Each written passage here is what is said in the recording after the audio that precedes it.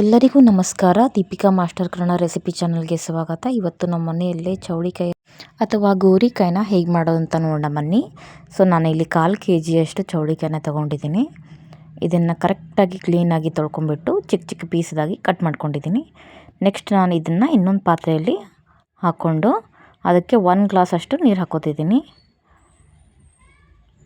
ನೀರು ಹಾಕಿಬಿಟ್ಟು ಅದಕ್ಕೆ ಒಂದು ಸ್ಮಾಲ್ ಚಮಚದಷ್ಟು ಸ್ಪೂನಷ್ಟು ಅರಿಶಿಣ ಹಾಕ್ಕೊಂಡಿದ್ದೀನಿ. ನೆಕ್ಸ್ಟ್ ಸ್ವಲ್ಪ ಉಪ್ಪು ಹಾಕ್ಕೊಂಡಿದ್ದೀನಿ. ಇದನ್ನು ಚೆನ್ನಾಗಿ ಬೇಯಿಸ್ಕೋಬೇಕು.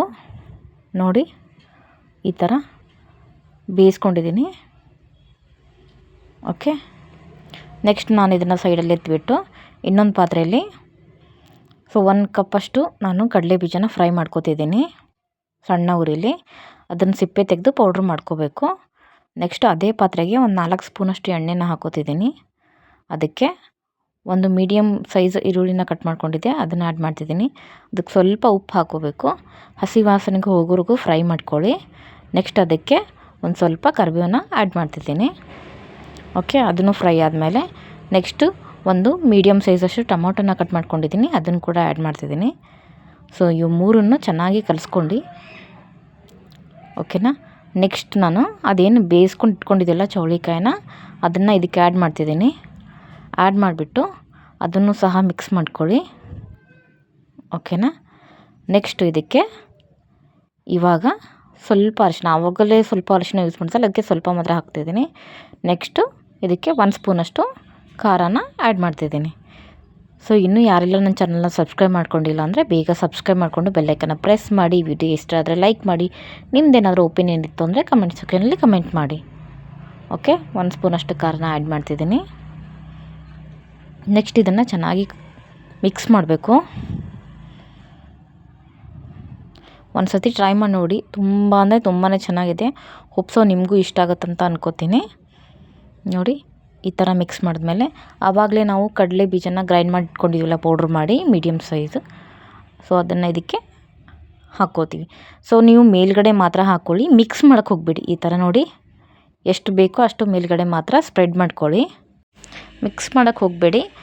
ಏನಕ್ಕಂತಂದರೆ ಈ ಕಡಲೆ ಬೀಜದಲ್ಲಿ ಎಣ್ಣೆ ಏನಿರುತ್ತಲ್ಲ ಕರೆಕ್ಟಾಗಿ ಅದು ಎಣ್ಣೆ ಬಿಡುತ್ತೆ. ನೀವೇನಾದರೂ ಮಿಕ್ಸ್ ಮಾಡ್ಕೊಂಡ್ರೆ ಕಡಲೆ ಬೀಜ ಎಣ್ಣೆ ಬಿಡಲ್ಲ. ಹಂಗಾಗ್ಬಿಟ್ಟು ಮೇಲ್ಗಡೆ ಮಾತ್ರ ಸ್ಪ್ರೆಡ್ ಮಾಡ್ಕೊಂಬಿಟ್ಟು ಲೋ ಫ್ಲೇಮಲ್ಲಿಟ್ಟು ಮೇಲ್ಗಡೆ ಮುಚ್ಚಳನ ಮುಚ್ಚಬೇಕು ಒಂದು 2 ನಿಮಿಷದಷ್ಟು. ಓಕೆನಾ. ಎಲ್ಲ ಕಡೆ ಈ ಥರ ಸ್ಪ್ರೆಡ್ ಮಾಡ್ಕೊಂಡಿದ್ದೀರ ತಾನೆ. ನೆಕ್ಸ್ಟ್ ಇವಾಗ ನಾನು ಮುಚ್ಚಳನ ಮುಚ್ತೀನಿ ಒಂದು 2 ನಿಮಿಷ. ಓಕೆ, ನೆಕ್ಸ್ಟ್ ಇವಾಗ ಓಪನ್ ಮಾಡಿ ನೋಡಿ ಸ್ವಲ್ಪ ಎಣ್ಣೆ ಥರ ಫೀಲ್ ಆಗ್ತಿದೆ. ಈ ಥರ ಮಿಕ್ಸ್ ಮಾಡ್ಕೊಳ್ಳಿ. ನೋಡಿ ಈ ಥರ. ಒಂದು ಸತಿ ಟ್ರೈ ಮಾಡಿ ನೋಡಿ, ತುಂಬ ಅಂದರೆ ತುಂಬಾ ಚೆನ್ನಾಗಿರುತ್ತೆ. ಇವಾಗ ನನಗೆ ಇನ್ನೊಂದು ಸ್ವಲ್ಪ ಕಡಿಮೆ ಅನ್ನಿಸ್ತಿದೆ, ಇನ್ನೊಂದು ಸ್ವಲ್ಪ ನಾನು ಹಾಕೋತಿದ್ದೀನಿ. ಇವಾಗ ಮತ್ತೆ ಮುಚ್ಚಳನ ಮುಚ್ತೀನಿ. ಇವಾಗ ನೋಡಿ ನೆಕ್ಸ್ಟು ಇದನ್ನು ಸಹ ಎಣ್ಣೆ ಬಿಟ್ಟಿದೆ, ಇದನ್ನು ಮಿಕ್ಸ್ ಮಾಡ್ಕೊತಿದ್ದೀನಿ. ವಿಡಿಯೋನ ನಿಮ್ಮ ಫ್ಯಾಮಿಲಿ ಫ್ರೆಂಡ್ಸ್ಗೆ ಶೇರ್ ಮಾಡಿ.